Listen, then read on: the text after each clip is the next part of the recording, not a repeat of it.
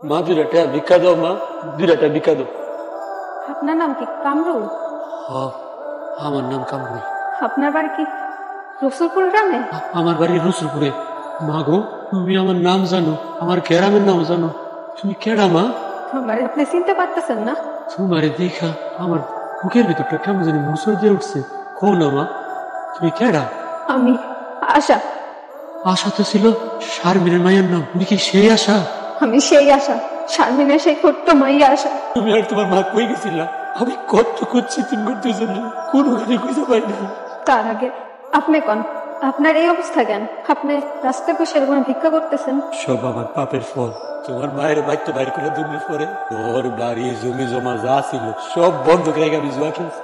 আমার ভাই আমারে কত মানা করছে, আমার নিজের মার কথা আমি শুনি না। সেই দুঃখে আমার কারণে আমার মাটা অসুস্থ হয়ে গেল, কিন্তু আমার কাছে তো কোনো টাকা ছিল না। আমার মা বিনা চিকিৎসায় ভিক্ষা ভিক্ষা বলে গেছে। একদিন জুয়া খেলতে গিয়া হেরে গেছিলাম, বন্ধু করে টাকা দিতে পারি। আমার এত বছরের পুরান বন্ধুগুলা মিলা আমার এমন ভাবে মারছে। দিচ্ছি মামা, দিচ্ছি। দে টাকা দে। দেখা তো লগে নাই।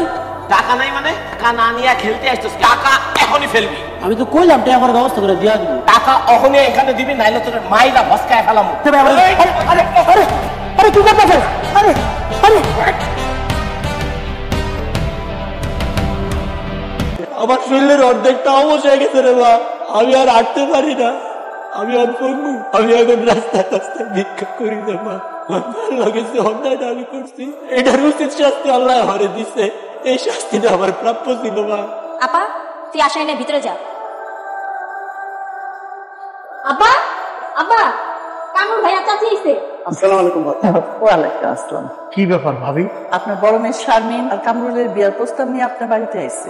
রাজি থাকলে শারমিনরে বউ কইরা নিয়ে যেতে চাই। কিন্তু ভাবি, আমার মায়ের হচ্ছে বিধবা, ওর স্বামীটা বিদেশে মারা গেছে, তার একটি মাইয়াও আছে। শারমিন বিধবা হয়েছে দেখে কি তার জীবন নষ্ট হয়ে গেছে? বিধবা মাইয়ার বিয়া করা তো সোয়াবের কাজ। শারমিনের যে মেয়ে আছে, আমার বাড়িতে আমার নাতনির পরিচয় থাকবো। মা, আজকে তুমি এত সাজগোজ করছো কেন? মার আজকে বিয়া তো, তাই একটু সাজাগুজি করছি। মা, এটা কার বাড়ি? মার চার লোকে বিয়া হয়েছে, এটা তার বাড়ি। এখন থেকে তুমি আর আমি এই বাড়িতেই থাকি। এগুলা কি শারমিন? তোমার আমার বিয়ে হয়েছে, আজকে তোমার আমার বাসর রাত, দুজন নিরিবিলিতে একটু কথা বলবো। তা তো তোমার আশায় নিজের হাতে খাওয়া দিতে হবে। তো নিজের হাতে খাবো, আমি সবসময় আশারে খাওয়াবো। আপনি একটু বসেন, আশা তো প্রায় খাওয়া শেষ। তাড়াতাড়ি শেষ করো। মা, আমি না এখন খাবো না, আমাকে এখন তো ঘুম পুড়িয়ে দাও না মা। আচ্ছা ঠিক আছে মা, তুমি শুয়ে পড়ো, মাই তোমার ঘুম পাড়াই দিতেছি। হ্যাঁ বড় মানে তুমি কোথায় ঘুম পাড়াই দিবা আশারে? এইখানে আমার মধ্যে ঘুমাইবো। তোমার কি মাথা খারাপ হয়ে গেছে? আজকে তোমার আমার বাসর রাত না, আমায় বউ দুজনে একসাথে ঘুমাবো। আমাদের মাঝখানে আশা কেন ঘুমাবে? ওই পাশের রুমে নিয়ে ঘুম পাড়ায় রেখে আসো। আমি শুধু মার কাছে ঘুমাবো। চুপ, বেয়াদব মেয়ে। আমার মাইয়া যদি পাশের রুমে গিয়ে ঘুমায়, আমারও পাশের রুমে গিয়ে ঘুমাইতো। আপনি এখানে একলা ঘুমান, আমি আর আমার মাইয়া পাশের রুমে গিয়ে ঘুমাইতো। একদম বেশি কথা বলবো না। আমায় রে বাসর ঘরে একলা রেখা তুমি মেয়ে নিয়ে পাশের রুমে ঘুমাবা না? রঙের কথা কিছু দেখা বুঝতেছো না? আশারে তোমার সাথে নিয়ে যাও, নিয়ে তোমার সাথে ঘুম পাড়াও, ওনাকে একলা ঘুমাইতে পারে। আমার সাথে ঘুমাবি। না, আমি মার কাছে ঘুমাবো। কিরকম বেয়াদব দেখছো তুমি? মেয়েটার এখন তোমার সাথে নিয়ে যাও, আমি খাড়া একটা থাপ্পড় দিয়ে মেয়েটার বাইর করে দিই। দরকার নেই থাপ্পড়, আমি নিয়ে যেতেছি। আশারে নিয়ে নাম মা।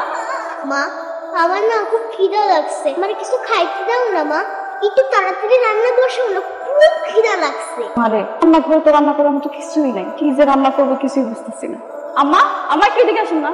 আচ্ছা আম্মা আম্মা করে ডাকতেছো কেন? কি হয়েছে? রান্না ঘরে তো কিছুই নেই, আর বেলা তো অনেকক্ষণ হচ্ছে। কি রান্না করতে হইব আপনি তো কিছুই বলেন না। ঘরে চাল ডাল তরি তরকারি কিছুই নাই। তাহলে আপনার কোলা রকম বাজার থেকে গিয়ে যেন বাজার করে নিয়ে আসি। আমি যাইতেছি বাজারে বাজার করতে। স্বামী আমার কিছু টাকা দাও তো। আপনার সংসারে বাজার লাগে আমি টাকা দিব কেন? তুমি যদি বাজার করার টাকাটা না দাও তাহলে কেটা দিব? তুমি আমার বাজার করার টাকাটা দাও, কিছুদিনের মধ্যে একটা কাজ করবো, ব্যবস্থা করবো না বলো, আমি সবকিছু করবো। আমার টাকাটা দাও। আপনি যেহেতু জানেন আপনি বেকার, আপনি সংসার চালাইতে পারবেন, তাহলে আপনি বিয়া করছেন কেন? আমি কেন বিয়া করছি না তোরে কই দেবো? সময় ঠিক ডাকাবি, কিছু টাকা দে। আমি আপনার কই থেকে টাকা দিব? আমার কাছে তো কোনো টাকা নাই। তোমার আগে স্বামী মারা যাওয়ার পরে তার মালিকে 20 লাখ টাকা দিছে, টাকা তো তোমার কাছে আছে। সেখান থেকে আমার পোলারে বাজার করার টাকা দাও। ওই টাকা তো আমার টাকা না, ওটা আশার বাপের টাকা। ওই টাকা আমি আশার পড়ালেখা খরচ, খাওয়ানোর পিছনে খরচ করি। আশা তো এখন আমাকে সংসারে থাকে, আমরা কি একলা খাবো নাকি? তোমার মাইয়া আশা খাইবো না? দাও কইতেছে টাকা দাও। আমি 1 টাকাও দিতে পারবো না। টাকা দিবি না? তাহলে আমি বাজার করবো। কি আর তোর মাইয়া না খেয়ে থাকবি? মাইয়া না খায়া থাকবো, তারপরও টাকা বাই করতে চায় না। আচ্ছা আপাতত রেডি করে নিয়ে আসি, কোনো লাগবে আর নিব না। শারমিন দাঁড়াও, তোমার সাথে আমার কথা আছে। কি কথা কর? আমার না ছোটবেলা থেকে একটা বাইকের এত শখ, তাই এইসব কথা আপনি আমারে বলতেছেন? কারণ আমার একটা বন্ধুর বাইকটা বেচা দিব, ওই বাইকটা আমি কিনতে চাইছিলাম। তুমি আমার 2 লাখ টাকা দাও, আমি বাইকটা কিনি। আমি কই থেকে আপনারা 2 লাখ টাকা দিই? আগের জামাই মরে যাওয়ার পরে যে 20 লাখ টাকা পাইছস ওইখান থেকে 2 লাখ টাকা আমার দিয়ে দিই। আজকে সকালবেলা আমি আপনার বাজার করার লাগে টাকা দিছি না, আর কোনোদিন আমি আপনার একটা টাকাও দিব না। আগের জামাই মরে গিয়া তুই যে 20 লাখ টাকা পাইছস ওই টাকার লোভে আমি তোরে বিয়া করছি, বুঝছস? সেই টাকা তার মাইয়া, আপনার না। তো বড় সাহস, আমারে টাকা দিবি না? এখন ওই টাকা থেকে 2 লাখ টাকা তুললে আমার হাতের মধ্যে। আপনি এত খারাপ না কইছেন? আপনি আমার ভালোবাসেন, আমার আব্বার কাছ থেকে আপনি কিছু নিছেন না? আমি যদি জানতাম আপনি আমার আগের স্বামী টাকার লোভে আমার বিয়ে করবেন, আপনার জীবনে বিয়ে করতাম না। লোভী কোথাকার! আমি তোর মাইয়া রে মাইরা একদম জানা শেষ করে দিয়ে গেলাম। আমি আপনার পায়ে পড়তেছি, আপনি আমার মায়ের ছেড়ে দেন। তাহলে আমার টাকা দে, নাইলে আমি তোর মায়েরা ছাড়বো না। তোর মায়েরা একদম মায়েরা ফেলাবো। বাহ, আমার বাইক কেনার টাকাটা হয়ে গেল। কালকে সকালবেলা কিনে দেবো। কিরে তোর বাইক কই? বাইকটা তো আর আমার নাই। মানে বাইক কি চুরি হয়ে গেছে? বাইকটা বাজি রেখা বন্ধুগুলো জুয়া খেলছিলাম, জুয়াতে পরে হাইরা গেছি, বন্ধুরা বাইকটা রেখা দিচ্ছে। তোর কে কইছিল বাইক বাজি রেখে জুয়া খেলতে? মা, আমি যদি দেশে থাকি আমার বন্ধু বান্ধব গুলোকে মিশা জুয়া খেলতে খেলতে আমি একদম নষ্ট হয়ে যাবো। তুমি আমার বিদেশ পাঠাবে। এই তুই জানোস বিদেশ যেতে কত টাকা লাগে? 6 লাখ টাকা লাগে। তোর এত টাকা কে দিব? তোর এত টাকা? হ্যাঁ, সারাদিনে দিব টাকা? আমি কেন টাকা দিই? আপনার বাড়ি ঘর সই সম্পত্তি আছে, বিক্রি করে আপনি আপনার পোলারে টাকা দেন। এক্সকিউজ কি কয়? আমার বাড়ি ঘর বেচা যদি আমি আমার পোলারে বিদেশ পাঠাই, তোর মতো বিধবা এক বাচ্চার মারে আনো আমি ঘরে বউ করে আনছি, আমার পোলার বিদেশ যাওয়ার সব টাকা দিবি তুই। আমি একটা পয়সাও দিতে পারবো না। আপনার পোলারকে হাত পা নাই, সে নিজে কামাই করতে পারে না? কাপুরুষ কোথাকার! তুই আমার সামনে দাঁড়াই আমার পোলারে কাপুরুষ কর। এই দাঁড়ায় দাঁড়ায় কি তামসা দেখবি? দে, উত্তম মাধ্যম দিতে থাক, দিতে থাক। আরো দে। আপনার খবর দিয়ে আনছি, আমি সিদ্ধান্ত নিছি বিদেশ যাবো। বিদেশ যাওয়ার জন্য 5 লক্ষ টাকা লাগবে। আপনি আসছেন বুঝায় বলেন আমার বিদেশ যাওয়ার জন্য 5 লক্ষ টাকা দিতে। 5 লাখ টাকা আমার মায়ের কোথেকে দিব?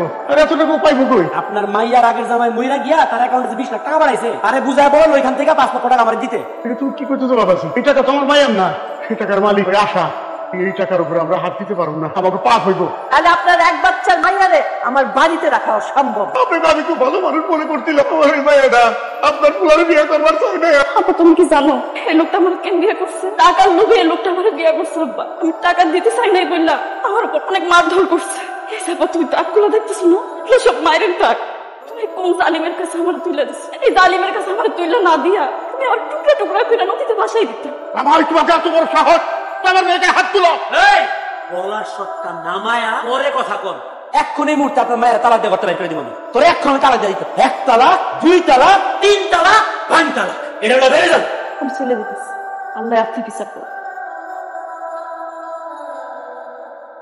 আমার একটু শারমিনের কাছে নিয়ে আসলো মা। শারমিনের 5 দিনের মধ্যে ধরে মাপ যাবো। আমার মার কাছে কেমনে মাপ চাইবেন? আমার মা তো অনেক আগেই মইরা গেছে। শারমিন মরে গেছে? শারমিনের মৃত্যুর জন্য তো আমি দায়ী রে মা। শারমিন তো মরে নাই, আমি মাইরা ফেলছি শারমিন। আমার একটা বার শারমিনের কবরের কাছে নিয়ে আসলো মা। আমার মা আপনারা অনেক ঘৃণা করত। আমার মা মইরা যাওয়ার আগে কয়ে গেছে আপনারা যেন আমার মায়ের কবরটাও না দেখাই, যে আমার মায়ের অনেক অত্যাচার করছে। কিন্তু আমি আপনার আজকে একটা কথা কইতেছি, আমার মা আপনারা যতটা না ঘৃণা করতো তার চেয়ে অনেক বেশি আমি আপনারা ঘৃণা করি।